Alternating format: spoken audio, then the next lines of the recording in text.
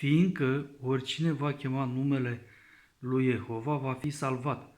Însă cum îl vor chema dacă nu cred în el? Și cum vor crede în el dacă n-au auzit despre el?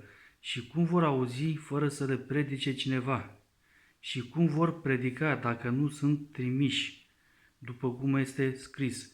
Ce frumoase sunt picioarele celor ce anunță vești bune despre lucruri bune.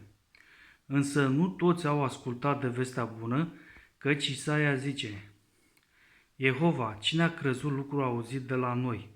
Astfel, credința vine în urma celor auzite, iar cele auzite vin prin cuvântul despre Hristos. Totuși, întreb, oare n-au auzit ei? Dimpotrivă, mărturia lor au ajuns pe tot pământul și mesajul lor până la marginea pământului locuit.